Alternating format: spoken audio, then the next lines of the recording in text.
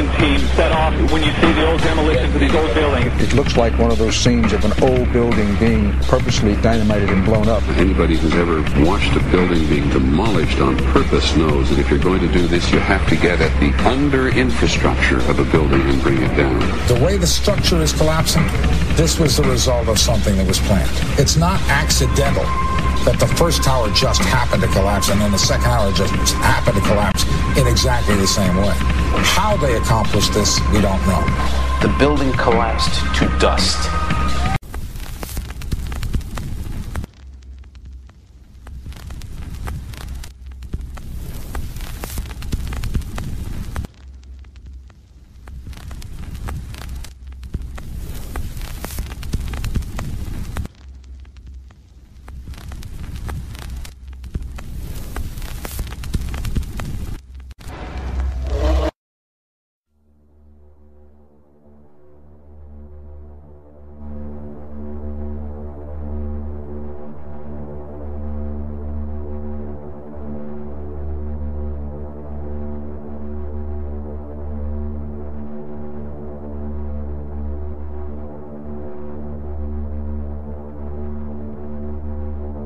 I am absolutely appalled at how much people in this country do not think.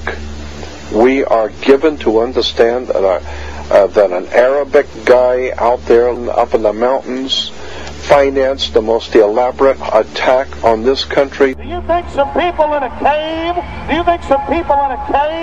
were able to have NORAD stand down? Do you think that people in a cave were able to have all of this happen? And when I think about how many Americans were killed in New York City, and believing as I do that this thing was a setup job, this is a textbook operation that Nazis used, and they've used it over and over again. America has been suckered in one more time. I don't have to tell you things are bad. Everybody knows things are bad. The dollar buys a nickel's worth. Banks are going bust. Shopkeepers keep a gun under the counter. Punks are running wild in the street. There's nobody anywhere who seems to know what to do, and there's no end to it. We know the air is unfit to breathe and our food is unfit to eat. We sit watching our TVs while some local newscaster tells us that today we had 15 homicides and 63 violent crimes, as if that's the way it's supposed to be. We know things are bad, worse than bad. They're crazy. It's like everything everywhere is going crazy, so we don't go out anymore. We sit in the house, and slowly the world we're living in is getting smaller, and all we say is, please, at least leave us alone in our living rooms. Let me have my toaster and my TV and my steel-belted radios, and I won't say anything. Just leave us alone. Well, I'm not going to leave you alone. I want you to get mad. I don't want you to protest. I don't want you to riot. I don't want you to write to your congressman because I wouldn't know what to tell you to write. I don't know what to do about the depression and the inflation and the Russians and the crime in the street. All I know is that first, you've got to get mad. You've got to say, I'm a human being. God damn it. My life has value.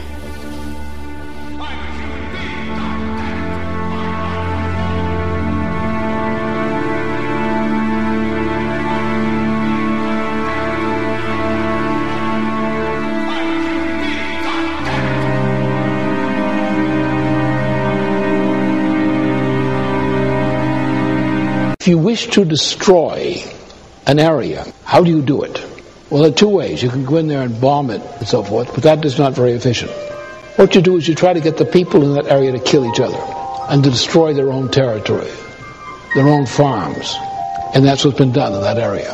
The way in which you destroy an opponent is get him to destroy himself by dividing his ranks against one another. Then you feed both sides. You have agents feeding both sides, inflaming both sides. And they kill each other off. And it's time that some of us woke up to this reality, to understand that people who try to maintain empires and create empires do it by manipulating the people they're trying to conquer. Now, the control of the economy and the perpetual robbery of wealth is only one side of the Rubik's Cube the bankers hold in their hands. The next tool for profit and control is war. Since the inception of the Federal Reserve in 1913, a number of large and small wars have commenced. The three most pronounced were World War I, World War II, and Vietnam. So, where are we now?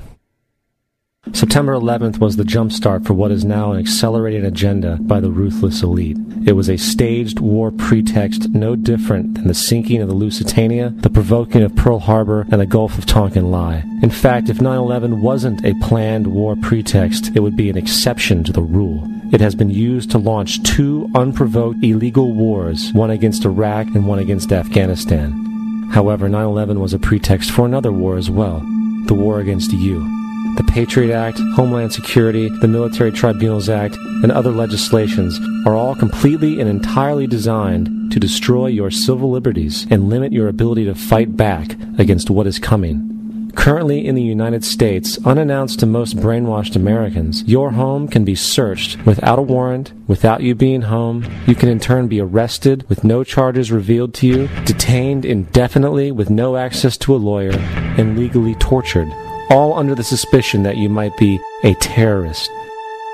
If you need a painted picture of what is happening in this country, let's recognize how history repeats itself. In February 1933, Hitler staged a false flag attack, burning down his own German parliament building, the Reichstag, and blamed it on communist terrorists. Within the next few weeks, he passed the Enabling Act, which completely eradicated the German Constitution, destroying people's liberties. He then led a series of preemptive wars, all justified to the German people as necessary to maintaining homeland security.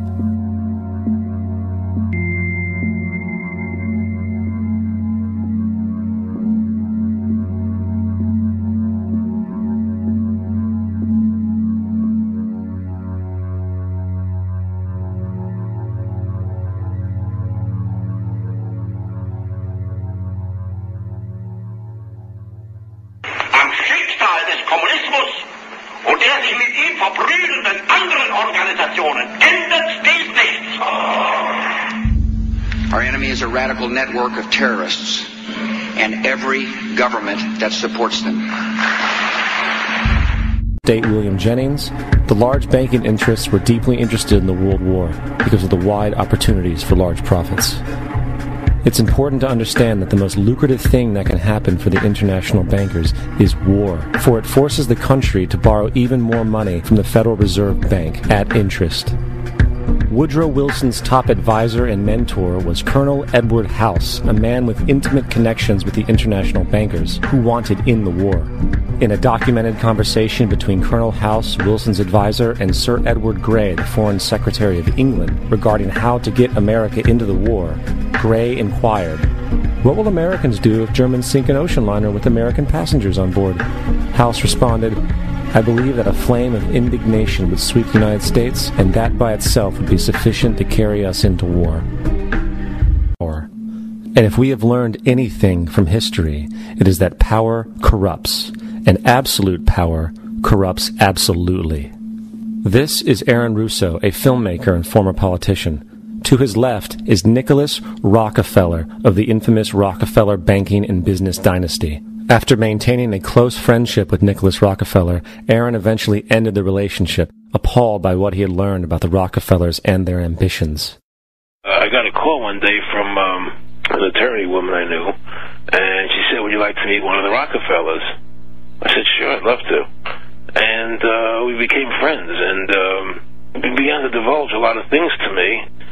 So he said to me one night, he said that there's going to be an event there, and out of that event, you're going to see we're going to go into Afghanistan, so we can run pipelines from the Caspian Sea. We're going to go into Iraq to take the oil and establish a base in the Middle East, and we're going to go into Venezuela and try and get rid of Chavez. And the first two they've accomplished. Chavez they didn't accomplish.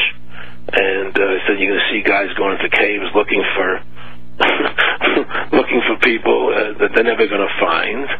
You know, he was laughing about the fact that you have this war on terror. There's no real enemy. He's talking about how by having this war on terror, you can never win it because it's an eternal war, and so you can always keep taking people's liberties away. And I said, how are you going to convince people that this war is real? He said, but the media can convince everybody it's real. I mean, you know, it's just that you keep talking about things, you keep saying it over and over and over again, and eventually people believe it. You know, you created the Federal Reserve in 1913 through lies. You create 9/11 which is another lie.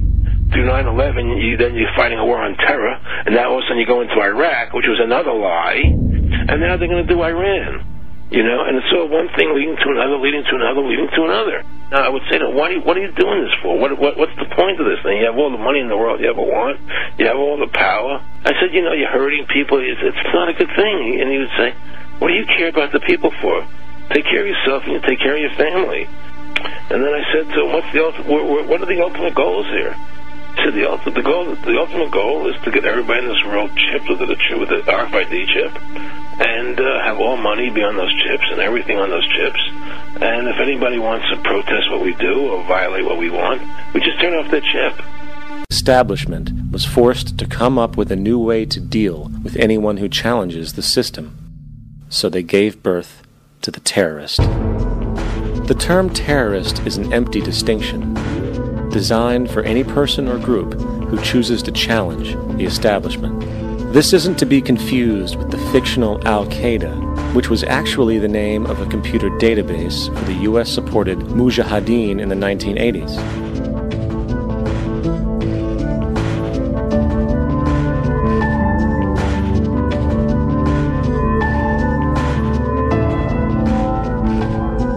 In 2007, the Department of Defense received $161.8 billion for the so-called global war on terrorism. These so-called counterterrorism measures, of course, have nothing to do with social protection, and everything to do with preserving the establishment amongst the growing anti-American sentiment both domestically and internationally, which is legitimately founded on the greed-based corporate empire expansion that is exploiting the world. The true terrorists of our world do not meet at the docks at midnight or scream Allah Akbar before some violent action. The true terrorists of our world wear $5,000 suits and work in the highest positions of finance, government, and business. So, what do? How do we stop a system of greed and corruption that has so much power and momentum? How do we stop this aberrant group behavior which feels no compassion for, say, the millions slaughtered in Iraq and Afghanistan, so the corporatocracy can control energy resources and opium production for Wall Street profit? A system of greed and corruption that condemns poor populations to sweatshop slavery for the benefit of Madison Avenue, or that engineers false flag terror attacks for the sake of manipulation, or that generates built-in modes of social operation which are inherently exploitative, or that systematically reduces civil liberties and violates human rights in order to protect itself from its own shortcomings. How do we deal with the numerous covert institutions, such as the Council on Foreign Relations, the Trilateral Commission, and the Bilderberg Group, and other undemocratically elected groups which, behind closed doors, collude to control the political, financial, social, and environmental elements of our lives? In order to find the answer, we must first find the true underlying cause. For the fact is, the selfish, corrupt, power, and profit-based groups are not the true source of the problem. They are symptoms.